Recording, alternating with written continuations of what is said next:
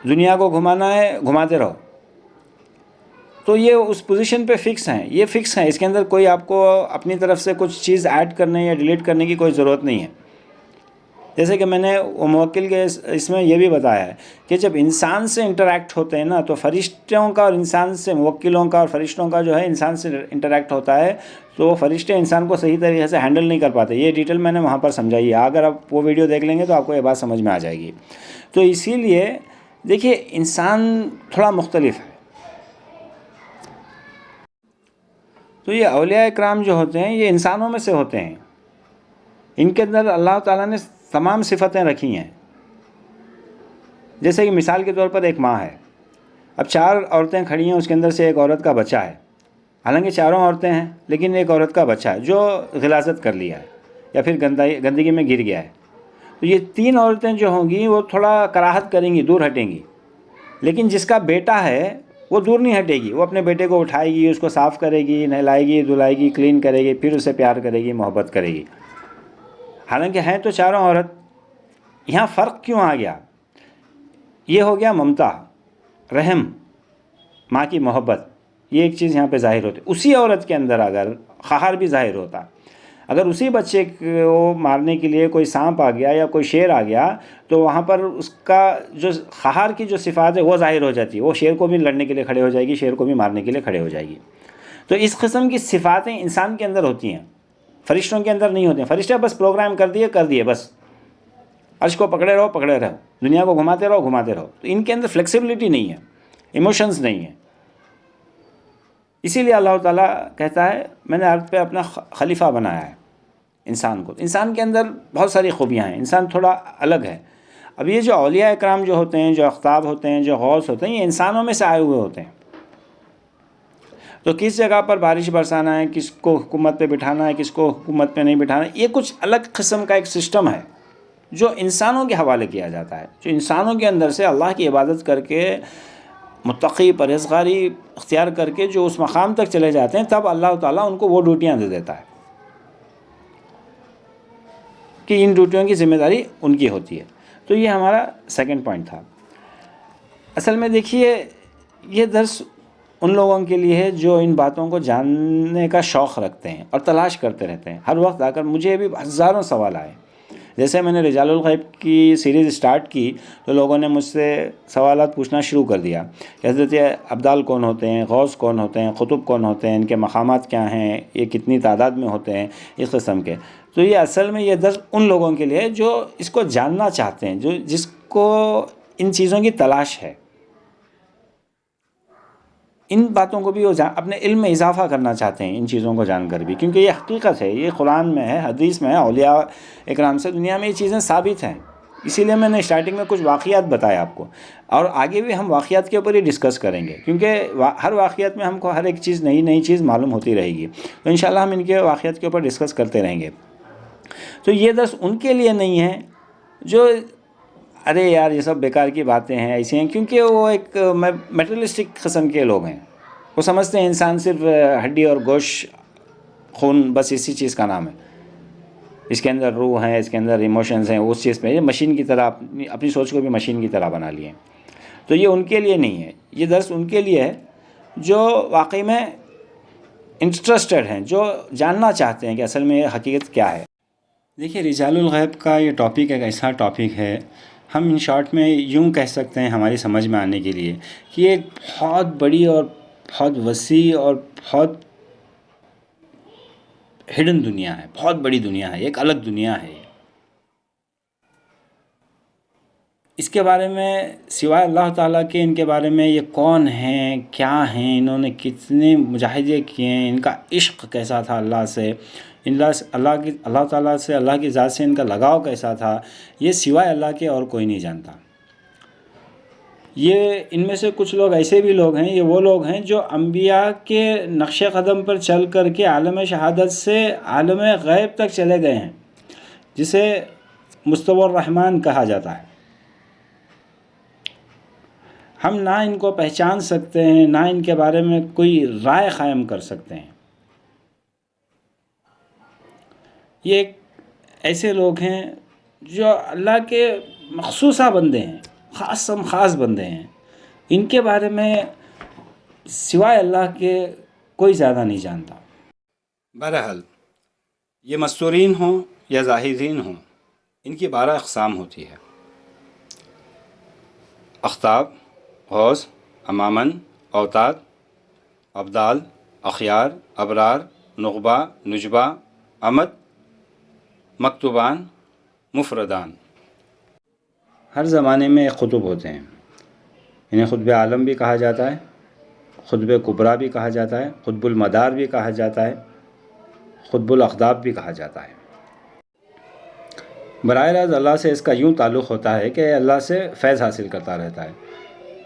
قطبوں کے بہت سارے جو اقطاب ہیں، ان کے بہت سارے مکتوبات بھی ہیں۔ مکتوبات میں ان کی جو تفصیل، ان کا جو خلاصہ ملتا ہے، اسے یہ معلوم ہوتا ہے کہ براہ راست ڈائریکٹ اللہ سے تعلق ہوتا ہے ان کا۔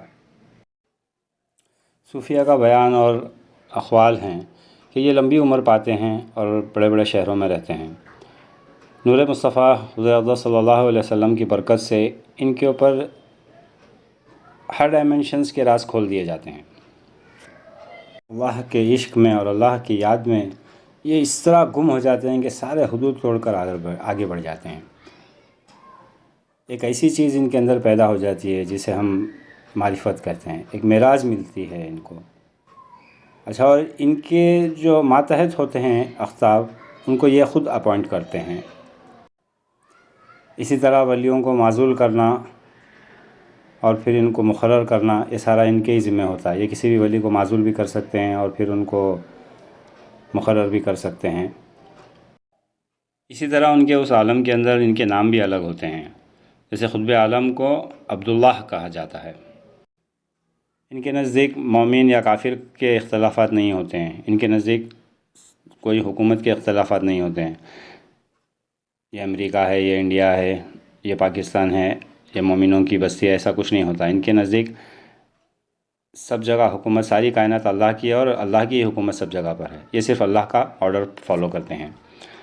جو مومن ہوتے ہیں ان کی پرورش اسم ہادی سے ہوتی ہے، اور جو غیر مومن ہوتے ہیں ان کی پرورش اسم مضل سے ہوتی ہے۔ یہ دونوں نام اللہ کے ہیں۔ اب ہم آ گئے ہیں سیکنڈ سٹیپ پر۔ قطب المدار کے 2 وزیر ہوتے ہیں، ان کو امامن کہا جاتا ہے۔ یہی میں سیکنڈ سٹیپ بتا رہا تھا کہ امامن، ایک دائیں ہاتھ والا وزیر ہوتا ہے اور ایک بائیں ہاتھ والا وزیر ہوتا ہے۔ بائیں ہاتھ والے وزیر کا نام ہوتا ہے عبد الرب اور دائیں ہاتھ والے کا ہوتا ہے عبد الملک۔ عبد الملک قطب المدار سے فیض حاصل کر کے عالم علوی کے اوپر افادہ کرتا ہے، اور عبد الرب فیض حاصل کرتا ہے عبد المدار سے اور عالم سفلی پر اضافہ کرتا ہے۔ بائیں ہاتھ والی کی پوزیشن دائیں ہاتھ والے سے زیادہ ہوتی ہے، یعنی لیفٹ ہینڈ سائڈ والے کا مرتبہ رائٹ ہینڈ سائڈ والے سے تھوڑا زیادہ ہوتا ہے، کیونکہ عالم سفلی کو سنبھالنا تھوڑا مشکل کام ہوتا ہے، تھوڑا کمپلیکیٹڈ کام ہوتا ہے،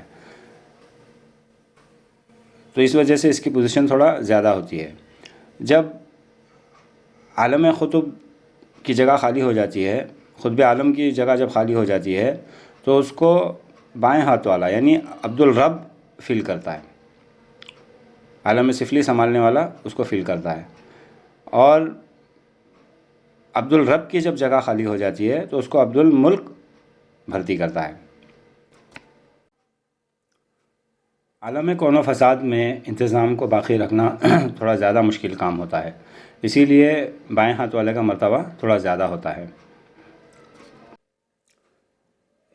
اسی طرح رجال الغیب کے اندر اب اگلا درجہ جو ہے وہ اوتاد کا ہے۔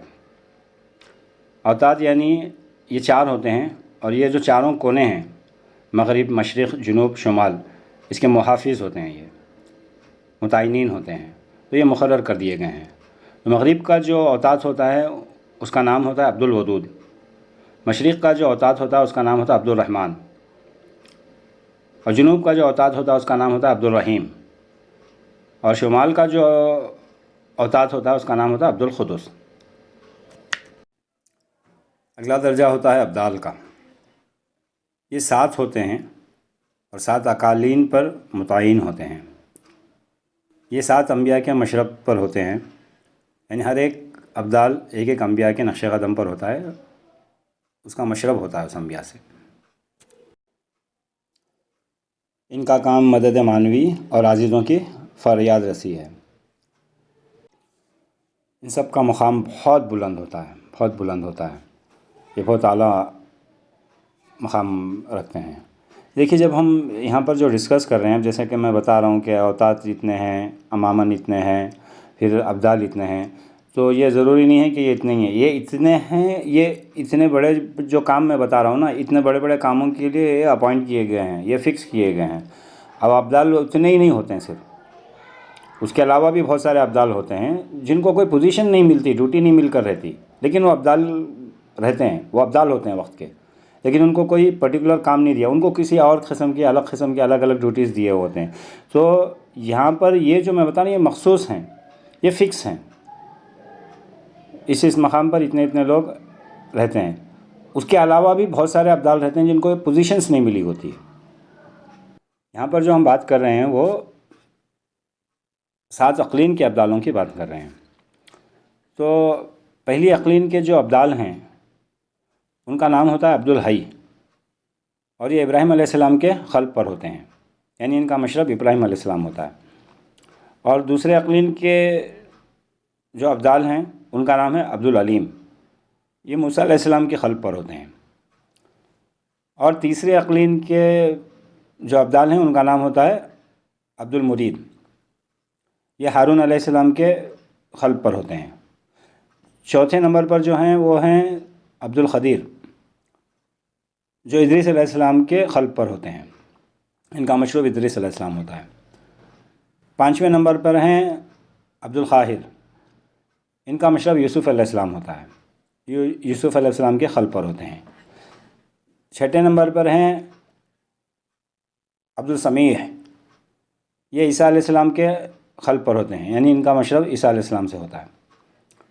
اور 7ویں نمبر پر جو ہیں وہ ہیں عبد البصیر،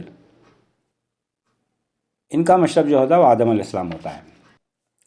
ان 7 ابدالوں میں سے جو عبد القادر اور عبد القاہر جو ہیں، ان کو اگر کسی قوم پہ مسلط کر دیا جاتا ہے تو وہ قوم برباد ہو جاتی ہے، نیست و نابود کر دیا جاتا ہے ان کو۔ یہ جو اکثر اور پیشتر جو سرکش قوم ہوتی ہیں نا، ان کے اوپر ان کو مسلط کر دیا جاتا ہے۔ ان کے علاوہ اور بھی 5 ابدال ہوتے ہیں جو یمن میں رہتے ہیں، جنہیں خطب ولایت کہا جاتا ہے۔ خطب عالم کا فیض خطب اقلیم پر، یعنی جو 7 ابدال ہیں ان کو خطب اقلیم بھی کہا جاتا ہے۔ خطب عالم کا فیض خطب اقلیم پر، خطب اقلیم کا فیض خطب ولایت پر، اور خطب ولایت سے باقی جملہ پر۔ ان حضرات کے علاوہ 350 ابدال اور بھی ہوتے ہیں، جن میں سے 300 کا مشرب جو ہوتا ہے وہ آدم علیہ السلام ہوتا ہے۔ لیکن یہاں پر حضرت سید محمد جعفر مکی رحمۃ اللہ علیہ فرماتے ہیں کہ یہ 404 ہوتے ہیں جو مختلف انبیاء کے مشرب سے فیض حاصل کرتے رہتے ہیں۔ پھر اخیار آتے ہیں جو 7 ہوتے ہیں، اور یہ ہر وقت ہمیشہ سفر میں رہتے ہیں، اور ان سب کا نام حسین ہوتا ہے۔ اس کے بعد آتے ہیں ابرار جو 40 ہوتے ہیں، جو ابدالوں میں سے ہوتے ہیں، 40 ابدال ہوتے ہیں، انہیں ابرار کہا جاتا ہے۔ اس کے بعد آتے ہیں نخبہ جو 300 ہوتے ہیں، ان سب کا نام علی ہوتا ہے، اس عالم کے نام بتا رہا ہوں میں۔ پھر اس کے بعد آتے ہیں نجبہ جو 70 ہیں، نام ان کے حسین ہیں، یہ سارے مصر میں ہوتے ہیں۔ اس کے بعد آتے ہیں عمود، یہ 4 ہوتے ہیں، اور یہ دنیا کے چاروں کونے میں ہوتے ہیں، چاروں سمت پر ہوتے ہیں یہ۔ اس کے بعد آتے ہیں مکتوبان، یہ 4000 ہوتے ہیں۔ ان کی اور بھی بہت ساری ڈیٹیلز ہیں، انشاءاللہ ہم آگے بات کرتے رہیں گے۔ آج کے لیے اتنا ہی، بس اجازت دیں، انشاءاللہ پھر ملتے ہیں اگلی کی ویڈیو میں۔ السلام علیکم ورحمۃ اللہ وبرکاتہ۔